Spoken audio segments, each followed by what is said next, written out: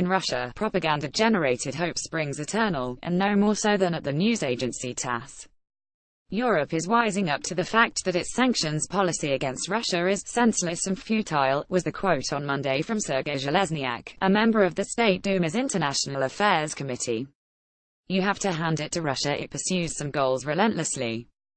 For the truth is that Russia would very much like to get rid of the international sanctions introduced after its 2014 military intervention and annexation of territory in Ukraine.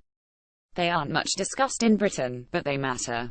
Those sanctions stand at the heart of the investigation into the Trump-Putin relationship, and whether there was collusion. Trump's potential Russiagate.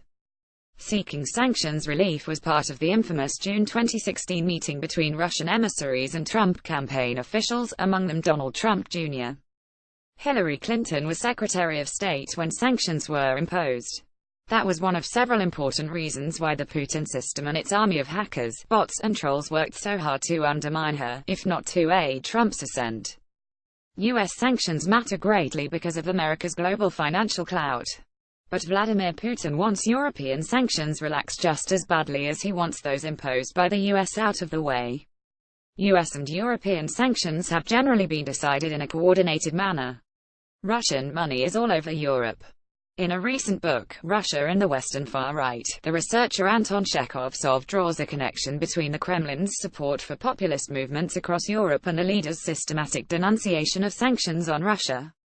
The issue is simmering now, but it could well boil over by February, when a piece of U.S. legislation including new, wide-ranging sanctions is likely to be passed. Donald Trump reluctantly signed the bill in August after it was nearly unanimously voted through by Congress, who wanted to prevent Trump from being able to unwind sanctions single-handedly, in the aftermath of U.S. intelligence reports on Russian meddling in the election. The bill is emphatically called the Countering America's Adversaries Through Sanctions Bill. Deep inside it, Section 241 is the closest thing to a bombshell for Putin's pyramidal power structure. Indeed, it stipulates that by February 2018, the U.S. administration must submit a detailed report to Congress containing the identification of the most significant oligarchs in Russia, their relationship to Putin, evidence of any corruption, estimated net worth and sources of income. Anyone fitting the criteria could be subjected to personal sanctions, such as asset freezes and travel bans. Not only would Russia's wealthiest come under unprecedented American scrutiny, but the same would happen to their family members and anyone doing business with them in the West. As such, the scope of the bill goes much further than anything undertaken to date against members of Putin's entourage. As sanctions go, and depending on the bill's implementation, this has the potential to destabilize the regime, not just create unpleasantness for a few Putin insiders.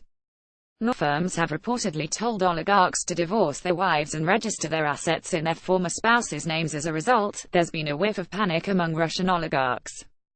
Dan Fried, a former Obama administration sanctions coordinator now working at the Atlantic Council think tank, recently told me he's never seen anything like it.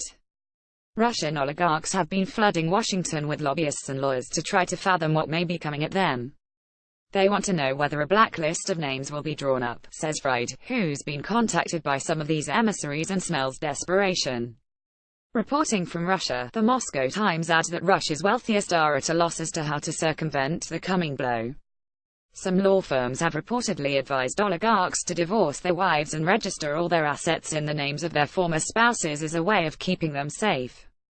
Targeted, personal sanctions aimed at oligarchs create a genuine problem for Putin's hold on power. Russia is an authoritarian kleptocracy. The elite's loyalty to the president hinges greatly on the protection he can guarantee them. Putin is readying himself for re-election next March, aged 65, but he wants to be sure the ruling system he's built remains ironclad. Oligarchs dislike sanctions, especially those that make it harder for them to enjoy the wealth they've amassed and placed abroad, whether in luxury properties in London, New York and the Riviera, or in a wide network of offshore accounts, as the Panama Papers revealed.